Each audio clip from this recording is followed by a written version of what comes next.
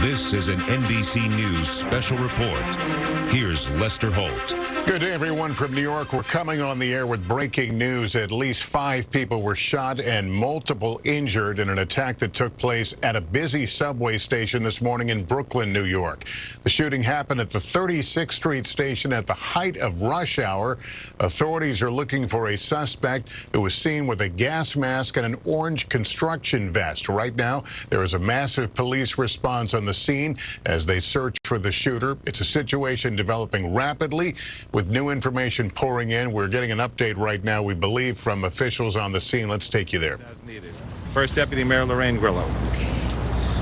Thank you, John. So from the very minute this incident occurred, the mayor and I have been on the phone monitoring the situation constantly. We have worked with all of our agencies, the FDNY, NYPD, OEM, all of the agencies who have worked really hard together, and we continue to throw all of the city's resources at this situation.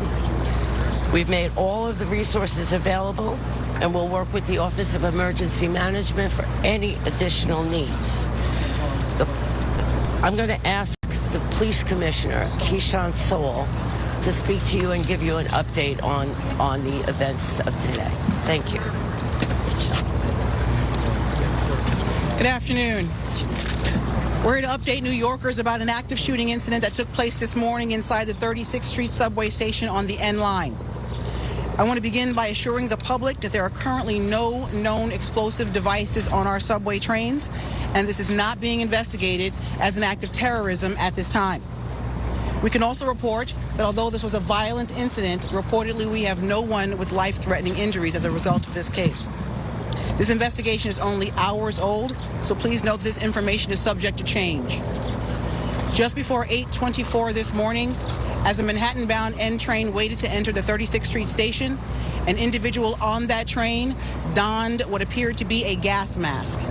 He then took a canister out of his bag and opened it. The train at that time began to fill with smoke. He then opened fire, striking multiple people on the subway and in the platform. Again, we will describe him as an individual. He is being reported as a male black, approximately 5 feet 5 inches tall with a heavy build. He was wearing a green construction type vest and a hooded sweatshirt. The color is gray. At this time, we are working with our federal partners, where we are asking for the public's help. Anyone with information, videos, or photographs, no matter how insignificant they think it may be, is encouraged to call Crime Stoppers at 800-577-TIPS. All calls are strictly confidential. I'd like to turn it over to the FDNY to give information about the victims. Oh, I'm sorry. I apologize. The governor would like to speak now. Governor Hochul, my apologies. That's right. Good afternoon. This morning, ordinary New Yorkers woke up in anticipation of a relatively normal day. They left their homes en route to school, en route to their jobs, and to a normal day, as I mentioned. That sense of tranquility and normalness was disrupted, brutally disrupted, by an individual so cold-hearted and depraved of heart that they had no caring about the individuals that they assaulted as they simply went about their daily lives. This individual is still on the loose. This person is dangerous. They're asking individuals to be very vigilant and alert. And you'll get more reports on specificity as the day goes on. So this is an active shooter situation right now in the city of New York. I just got off the phone with the mayor. He's recovering well. He is monitoring. He's actively engaged in this situation. I wanted to let him know that the people of the entire state of New York stand with the people of this city, this community, and we say no more. No more mass shootings. No more disrupting lives. No more creating heartbreak for people just trying to live their lives as normal New Yorkers. It has to end, and it ends now. And we are sick and tired of reading headlines about crime, whether they're mass shootings or the loss of a teenage girl or a 13-year-old. It has to stop. I'm committing the full resources of our state to fight this surge of crime, this insanity that is seizing our city, because we want to get back to normal. It has been a long, hard 2 years. That's what we crave, that sense of stability and normalcy. And this is what the mayor and I are going to continue to work toward. And I thank the partners, the brave people of the MTA, the first ones who had the sense, the drivers of the train, to leave the station to make sure no more victims could be hurt. The NYPD, FDNY, state police, everyone involved in this has one purpose, and is to stop the insanity of these crimes. You'll hear now from our fire department. I want to thank them for being there to help us defuse a volatile situation. But we'll be giving continued reports as this day unfolds. Again, we ask everyone to be careful, be cautious, report what you see. It is likely that someone out there listening to this is going to help us lead us to that individual. You have a description of what they're wearing. You know the details. But this is the day we pull together as New Yorkers, united in a common purpose to say no more. And that is what I'm going to continue to do as the governor of the state of New York, working with our local partners right here. Thank you. Thank you, Governor. Good afternoon. This morning, the FDNY received reports of gunshot victims in the subway. Thanks to their quick response, we were able to treat 16 patients. 10 of those patients are suffering from gunshot wounds at this time, and 5 of them are in critical but stable condition in our local hospitals. Yes, we have 16 total patients. 10 of them are suffering from gunshot wounds, and 5 of them are in critical but stable condition at this time. And I'm going to pass it over to the MTA for an update on their subways. Okay. First of all, we have to thank the NYPD and the FDNY and the whole team who've done so much to protect us and help immediately to recover from this situation. And I also need to acknowledge the MTA workers who had the foresight to immediately move a train that was on the platform, the R train, out of the station so it could carry people to safety. That was smart thinking. Right now, B service is suspended, W service is suspended. The D and the N and the R are running with suspensions and some shuttle buses. And folks should check the website for latest. Obviously, it's a disrupted day, but a lot of the system is in fact running. I just want to say one thing on a personal note, which is on 9/11, I stood on 4th Avenue and watched people, New Yorkers, come back from that tragedy. And I watched New Yorkers help each other and storekeepers walk out and give people water. That was the same thing we saw on the platform today. We saw New Yorkers in a difficult situation, an emergency, helping each other. That's the subway riders. That's who New Yorkers are. Every day they're showing people in the subway, which is our public space, that New Yorkers of all varieties can come together in small spaces and get along and create something bigger. That's what we remember in these emergencies, as well as the tragedy and the thought for the quick recovery of the victims, is New Yorkers are incredibly resilient, just as they are in every emergency, and we thank them for what they've done, and we thank the governor and the mayor for their leadership in all of our recovery from COVID and from every one of these challenges. So just to reiterate, we're going to be very limited in what we are able to answer in questions. Just to also underline our partners here, we got Mike Regan. Mike Regan is the Assistant Special Agent in charge of the Joint Terrorism Task Force with the FBI and NYPD. John DeVito from ATF, who's helping us with tracing efforts and investigation. He's the Special Agent in charge for New York City. We have the Brooklyn District Attorney, Eric Gonzalez, who is also here. And, of course, Chief Ken Corey, Chief of Department, and First Deputy Commissioner Ed Caban. We'll start off with questions for the police commissioner. Commissioner, was shooting on the train or on the platform? Was the suspect on the platform or in the train? And did it all happen in the 36th Street station, or what happened down in 25th Street? The suspect was in the train car. The shooting began in the train car. Commissioner, can you give us some more details? Exactly what happened in the car? Did the suspect say anything? What type of weapon did he have? And what was going on inside the car as this all happened? So, as I stated before, we're only able to get limited information because it's under investigation. As the train was pulling into the station, the subject put on a gas mask. He then opened a canister that was in his bag, and then the car filled with smoke. After that, he began shooting. Commissioner, does this appear to be random? Hang on. Commissioner, does this appear to be random? Any idea why this individual did this and did this here? We do not know the motive at this time, but we're not ruling anything out. The injuries that are not gunshots, are they shrapnel wounds? What are the other injuries that were not gunshots? We want the fire department. There are a variety of other injuries, from smoke inhalation to shrapnel to panic from the incident. When you say shrapnel, what would the shrapnel? It could be from anything. It's still under investigation at this time, so it could be a grazing from a bullet. It could be from the panic following the incident. Not from an explosive device? Not at this time. Any idea of the suspect where they go to the train tracks? You stay there, you can play events or work. Any idea of whereabouts he? That's subject to investigation. We're endeavoring to determine that right now. Okay, Josh.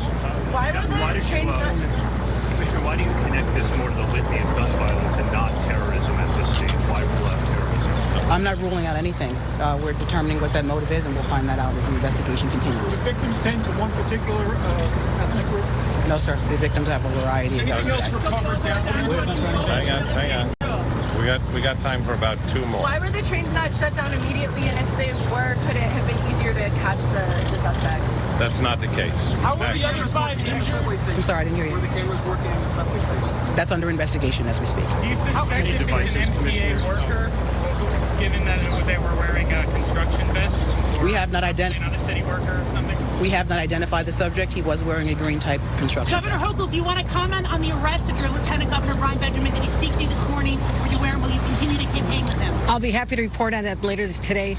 We'll have a statement out there. I've not had a chance to speak to him. I was doing media interviews this morning, but this is not the place, but I will be addressing it very shortly. Let's focus on the fact that there are people in a hospital right now fighting for their lives. Those are the people we're thinking about and praying for at this moment. All right, thank you very much. Now listen, we're going to get... Hang on a second. Officials concluding their first briefing about the shooting on and around a platform New York City subway train this morning. We've got some updated numbers. 16 people total being treated or have been treated. 10 of them suffering gunshot wounds. 5 are in critical but stable condition. We also heard from the New York City Police Commissioner this is not being investigated as an act of terrorism, but at the same time noting that nothing is off the table. They're not ruling anything out. The suspect opening fire on an N train this morning, a little close to 8:24 this morning, according to police, donned a gas mask, opened a canister that began dispelling smoke, and opened fire. We've seen pretty dramatic video of people fleeing that train in panic, and there you see the description of the man they're looking for: heavy build, the green construction type vest, and a gray hooded sweatshirt. They're not talking about a possible motive right now, saying again that everything is being looked at. Let's go right to the scene. NBC News correspondent Ron Allen is standing by. Ron, what more can you tell us? Buster, it's interesting that all of this happened in the subway car just before it pulled into the station. We don't know why this individual did this. We don't know exactly what this device was that he pulled out of his bag and set off as a smoke canister of some sort, and then opened fire. It appears that this was random. I asked specifically why here, why this individual, and the commissioner could offer no insight into that. The other very important thing is that this individual is on the run. There is a manhunt underway for him, and it is described as an active shooter situation, again, throughout New York City. We have no idea, the police have no idea where this individual went.